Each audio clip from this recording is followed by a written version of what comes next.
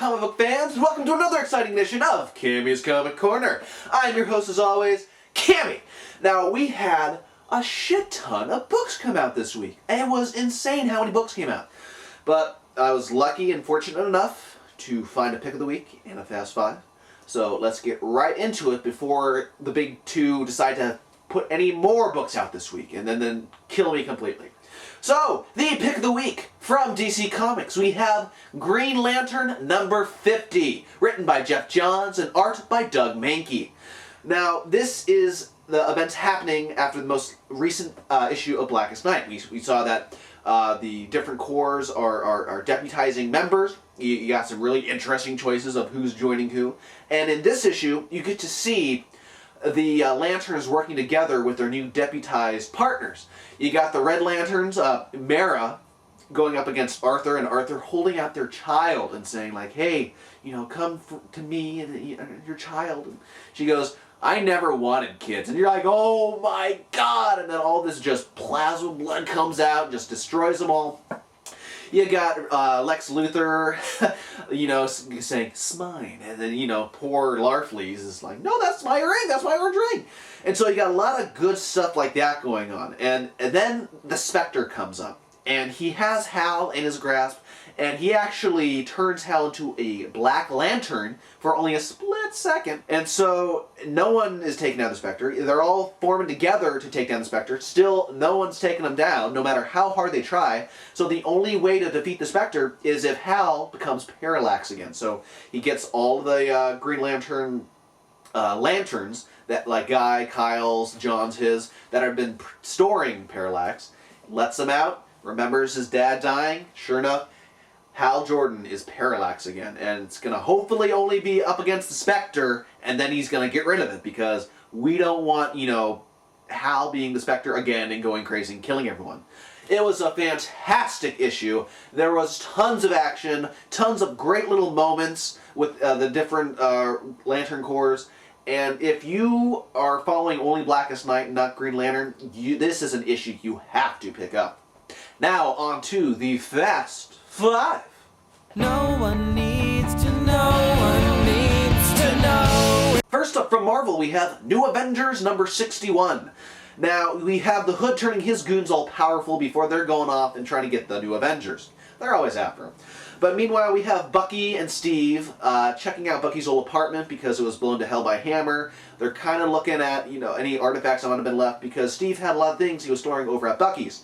And then they get ambushed by the Living Laser and the Corruptor. And since these are the Hood's goons, they have their energy, cranked up to 11, as it were. And they're battling against them. There's mind control going on. Bucky has no choice but to take his gun and shoot at Cap, which he takes a shield, ricochets it off, and hits the Corruptor. So then everyone's, confused as all hell. And then meanwhile, while this is all going on, we have Spider-Woman and Spider-Man on a stakeout, checking out the Avengers Tower from across the way, noticing a lot of activities going along, and this is, everyone's gearing up for Siege.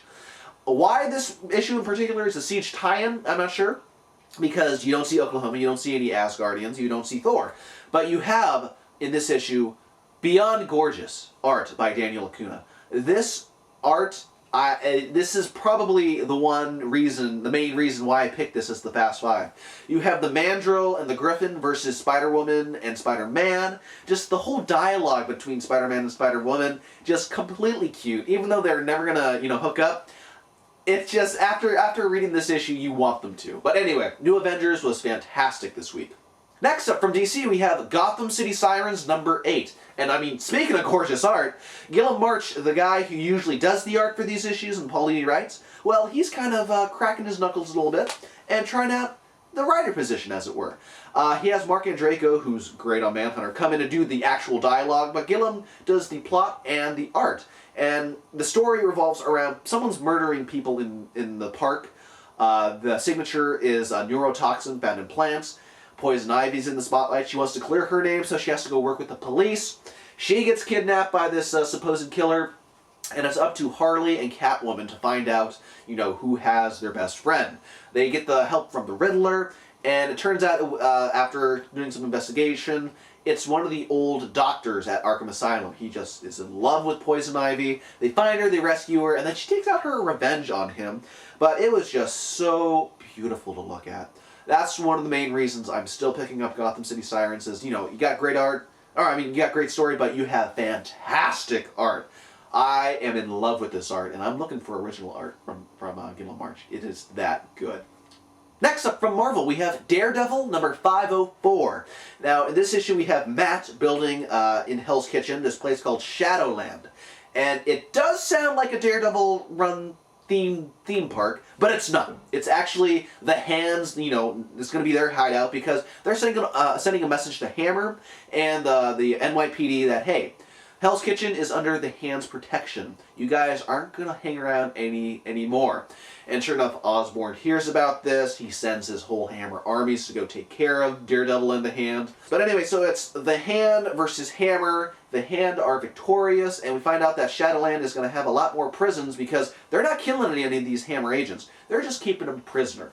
And meanwhile, Fisk plans to swoop in after this continuous wars going on to take his place as the leader of the Hand. But I was so scared when Brubaker left the book that it was going to go downhill. But no, Andy Diggle has been really pulling some punches, and he has got me so interested still in Daredevil. So we got great runs by Bendis, Brubaker, and now Diggle's looking pretty damn good too. Next up from DC, we have Detective Comics number 861.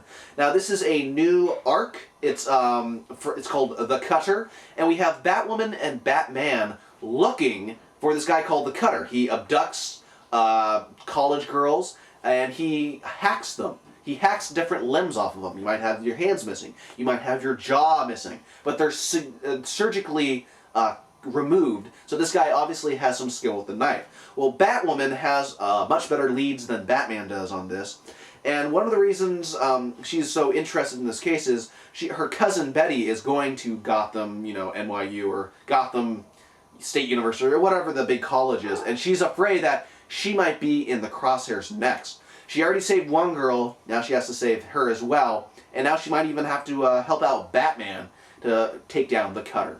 So it's just spectacular stuff. No J.H. Williams III art. We have a guest art by Jock. And believe me, don't skip this issue.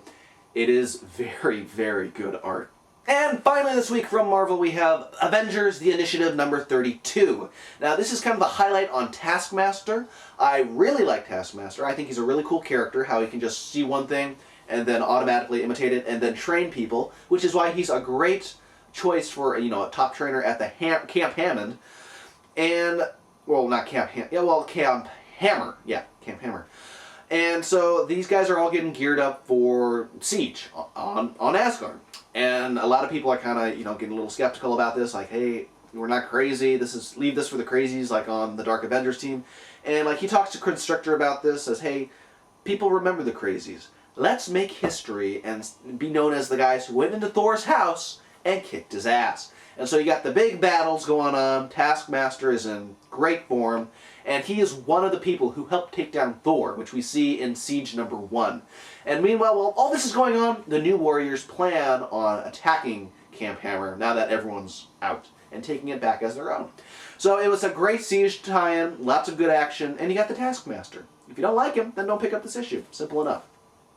Well, comic book fans, that does it this week for Cammy's Comic Corner. If you want any more Cammy's Comic Corner goodness, head on over to www.cammyscomiccorner.com. From there you can browse the forums, check out the book of the month, follow me on Twitter, iTunes, RSS feed, donate to PayPal if you're feeling nice. Also, if you like any of the kick-ass t-shirts that you see me wearing, and this is one of my favorites, The Blackest Night, head on over to www.deadlinegraphics.net and send Kelly an email. The deal going on for the month of January and February is half off on all international shipping and then free shipping in all U.S. orders. So with a deal that good, take advantage of it ASAP. Also, huge thanks to Rising Sun Creations at rsc-online.com. They specialize in the best of U.S. comic books, manga, and collectible toys imported straight from Japan, all located in Mission Valley if you're in the San Diego area, or online on their online store at rsc-online.com. Well, that does it this week for comics. I am recovering from a cold, if you couldn't tell. and I need to go work on the Book of the Month episode, which is coming out soon because, hey, it's almost February. So you got lots of Cammy's Comic Corner coming at you. You should be fat and happy. If you're not, then I'm going to stuff something else down your throat, and it's not going to be these guns. So until then, this has been Cammy's Comic Corner. I've been your host, Cammy. Let's go out and party with NyQuil, because I need some right now.